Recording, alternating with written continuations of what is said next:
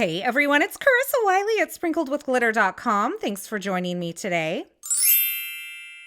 Today I am sharing 3 brand new card projects featuring brand new products from Altenew. This is a part of their video hop celebrating their November 2025 release, so be sure you check out all the details for this video hop in the YouTube description below. Now for today's ombre stamping technique, I'm going to be featuring the Honeycomb Haven Craft Your Life project kit. And I love these project kits because they give you a variety of products that coordinate together that you can use to create cards. Now this kind of centers around a honey theme, which as soon as I saw it, I was completely struck. The kit includes the Honeycomb Haven stamp set, the Zero Waste Honeycomb Haven die and coordinating stencil set, which you can see creates this gorgeous pattern and die cuts all the individual pieces, as well as the Honeycomb Haven 3D embossing folder. Now this all comes in the kit and it looks great together, but if you want to grab the additional die set, there is an add-on die set. You can see that here. This is an add-on that will give you the dies that cut out all of the sentiments in the stamp set or all the larger sentiments, as well as that honey jar and the little honeycomb ladle thingamabob. Now, also new this month, there are 3 brand new fresh ink sets, and they are gorgeous. So I thought I'd give you a look at them here. Sage Garden is up there on the top, some beautiful greens. In the center, we have earth tones, and then at the bottom, we have the Moonlit Twilight. Now, all of these are really beautiful, and while you're picking up your fresh dye ink pads, I recommend picking up the label sets that coordinate with them. These include labels for these fresh dye ink rounds, as well as the mini cubes. And then you can see you have several smaller kind of dot labels, and those are perfect for your Altenew blending brushes. So I'm going to show you how I put one of these on. These are perfect because it allows you to see the color and the color name from the side of the ink pad. So I like to start on the little raised area at the lower part of the ink pad, the base of the ink pad, and kind of work my way around, straightening as I go and pressing that down.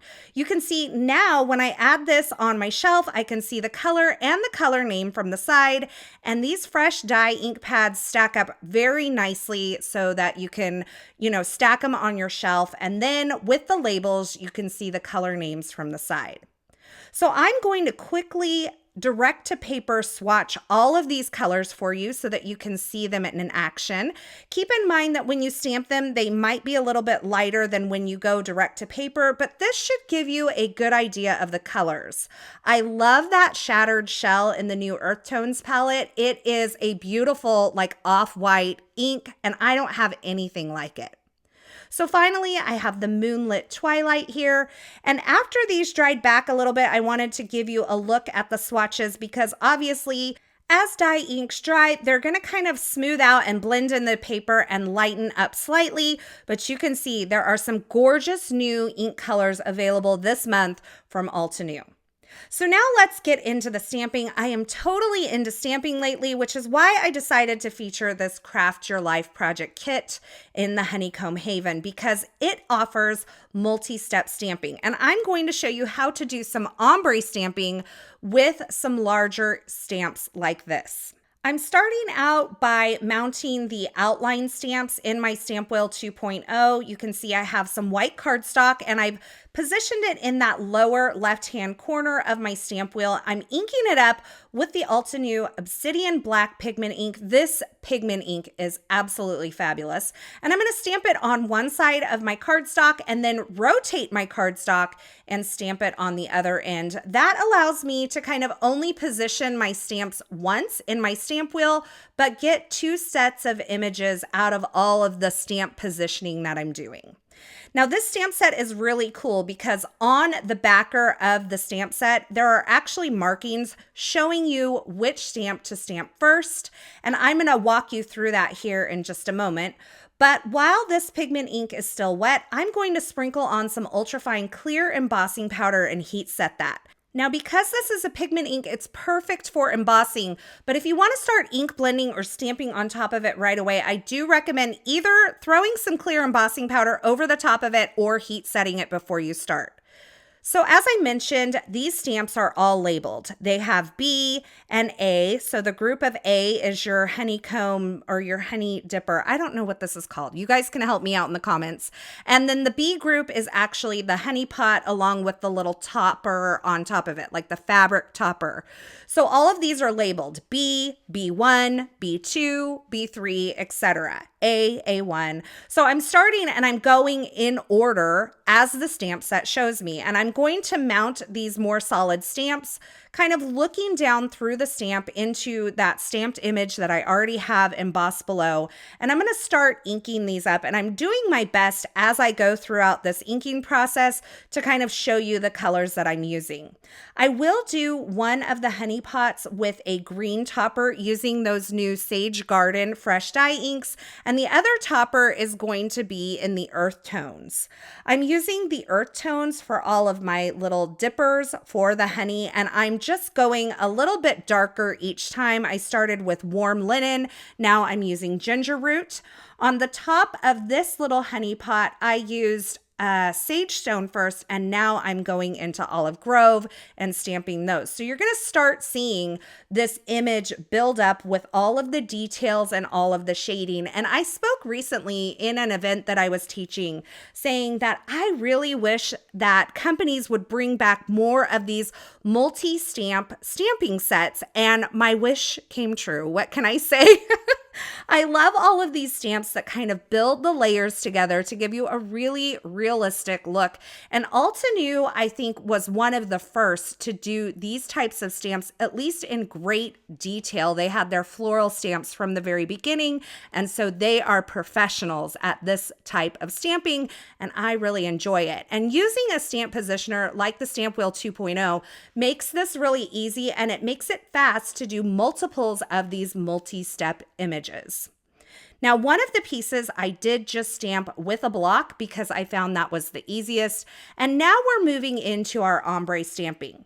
So you can see I have this large solid image that stamps the honey inside the jar. And I'm starting out with the color Honey Drizzle, and I've inked up the entire stamp.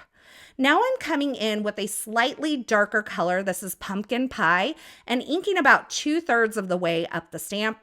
And finally, I'm using yellow ochre on the bottom. Now, this is my darkest color, and in order to soften the edge of this ink into that pumpkin pie, I'm going to take a mini ink blending brush and kind of pounce over the edge of that inking. Now, I wanted to intensify this a little bit more, so I re-inked again, pounced over that line, and then I stamped one more time. Now, a large solid image like this is perfect for this ombre stamping. You can also use this ombre stamping technique on things like sentiments, or you can use it for a rainbow stamping technique as well. You'll just want to make sure that the colors you're using kind of blend together. And rather than inking the entire stamp, you're just going to ink portions of the stamp and then soften those lines with a blending brush as you move throughout your colors. But this is a really easy way to achieve an ombre effect on any of these kind of larger, more solid images. Now, you may notice in the final images that my stamping isn't perfect at the top. There are some areas where maybe I didn't get super solid stamping. I am using brand new stamps here, and as these stamps kind of get seasoned and used more, they will take and transfer the ink much better. If I wanted to kind of abate that as I'm using these brand new stamps, you want to make sure that you're kind of conditioning the stamps by rubbing them with the palm of your hand, or you could stamp that first color 2 times to make sure that it's nice and even. Now that I have used the coordinating dies to die cut those images, I'm going to work with the stencil set. And you can see inside of the stamp set packaging, you have a guide that shows you how the stencil layers kind of layer up to create this really beautiful background. And it even gives you some color suggestions as well. I'm going to try to use as many of the new colors as I possibly can. And I'm also using some of the colors that I used for the honey. So for the bees bodies, I should say, I'm using Honey Drizzle and yellow ochre. And by the way, yellow ochre is one of my favorite yellows in my stash. It is so beautiful and warm and rich. Now on the daisies, I'm going to use the brand new shattered shell, and I'm going a little bit darker towards the center and the tips of the petals. I also brought in some frosty pink for some of the florals on this layer, and that completes stencil number 1. Now you'll notice that I have positioned my 6x6 piece of cardstock in that lower left-hand corner, and each time I add a new stencil, I'm just kind of nestling it into the corner of my Stamp Wheel 2.0 to make sure that each layer of my stencil lines up perfectly. So you can see I added some colors for stencil number 2. For stencil number 3, I'm using Umber Shadow, which is part of that new Earth Tones collection, on the stripes of the bees. For the wings of the bees, I'm using the Polar Bear, which is absolutely the perfect kind of very light blue for this. On the layers of the florals, for my darker pink, I'm using Dusty Rose, so I combined Frosty Pink and Dusty Rose for those. And finally, for the little octagons, I used Shattered Shell. Now for the final stencil, I'm starting out by doing Sage Stone over all of the greenery, and then I'm adding some shadows using the Olive Grove, and let me tell you, these were absolutely perfect. I love these new greens. I don't think I have anything like it in all of my stash. So that completes my stenciling, and you can see I have this really beautiful background, which could be left as it is, but included in the kit, there is the Zero Waste Honeycomb Haven die that coordinates with this pattern. So you can line that up and run it through your die cut machine, and you get all of these pieces that then you can use for card projects. So between the stamping and the stenciling that I did, I have plenty of images to create 3 cards with all of this creating that I did today. I'm going to lay some of this out on my work surface and just kind of create some groupings of some cards. And then I went through and I also created some sentiments and die cut those using the coordinating add-on die set. I didn't show that part because it's just basic stamping. For a couple of the cards, I decided to create backgrounds using the Honeycomb Haven 3D embossing folder. I'm going to position my ivory cardstock inside the embossing folder, and then I'm using an A plate and the magnetic shim to run that through my Anna Griffin Empress die cutting machine to emboss this. If you do not have an Anna Griffin Empress, I would just recommend following the manufacturer's instructions for your die cut machine to emboss with a 3D embossing folder. Keep in mind, there is a little bit of variance between stamp companies on the thickness of their 3D embossing folders, so you may have to add a shim or a cardstock shim here and there to get the correct amount of pressure. Now for the first card, I laid out all of my images, and now I'm using a sticky mat to kind of pick up all of the images at once.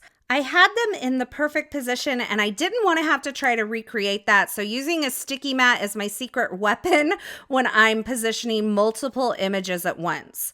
I was able to then flip that over, add some foam adhesive to the backside. This is the Instant Dimension foam tape from Altenew.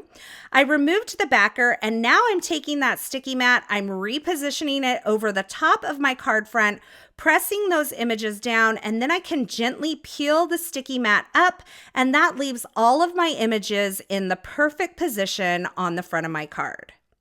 Now I also added some 1-inch wide Instant Dimension foam tape on the back of my card front and mounted that onto a piece of brushed gold cardstock.